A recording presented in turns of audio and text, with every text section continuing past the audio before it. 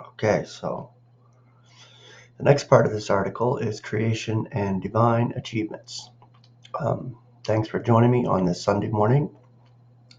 Always welcome my fellow believers, the ones who watch me and subscribe to me. I appreciate it.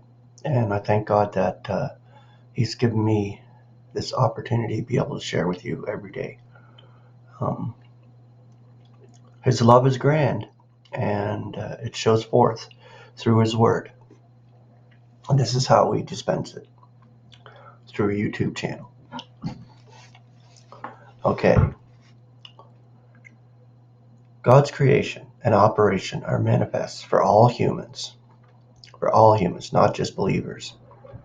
His invisible attributes are described from the creation of the world, being apprehended by His achievements, besides His imperceptible power and divinity. I'm chewing on a vitamin C, if you wonder what's going on.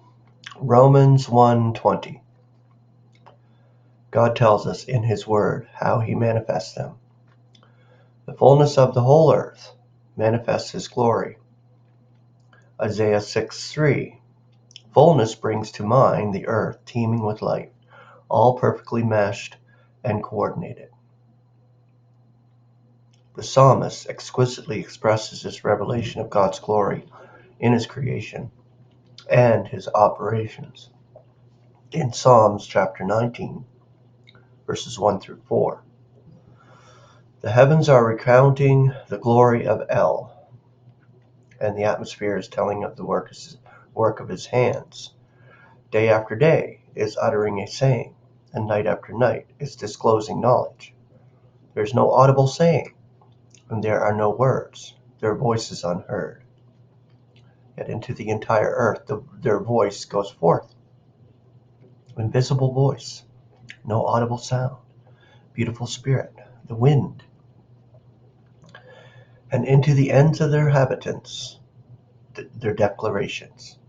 The figure is that their voice, quote unquote, tells us of the glory of the heavens, and thus the glory of the one who creates and operates it all. This revelation comes to us through sight, that is, via light. As believers, we have indescribable advantages in assurance and detail. And we have this by Jesus Christ's faith that is measured out to each one of us. So God's revelation and realizations come through that faith that is given to us as a gift. God's operation of all is unequivocally stated in Ephesians 1:10. According to the purpose of the one who was operating all in accord with the counsel of His will. Probably the ultimate statement on the theme of creation, operation, and purpose is from Romans, seeing that out of Him and through Him and for Him is all. To Him be the glory for the eons. Amen. Romans 11:36.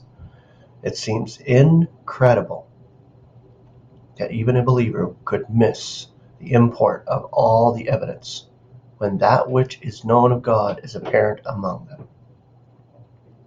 Romans 1:19. And indeed ought to be known by all humans. And it will be. God is the creator of all and the operator of all. This is the essence of knowing God as God. Romans 1:21. The consequences of failure are severe. Okay, so tomorrow we'll go into the darkness part of it, God's operation. The dark part of God's operation is necessary in order as a backdrop to illuminate the light and love that He has for His creation. So the contrast is grand and beautiful. Grace and peace. Have a beautiful Sunday.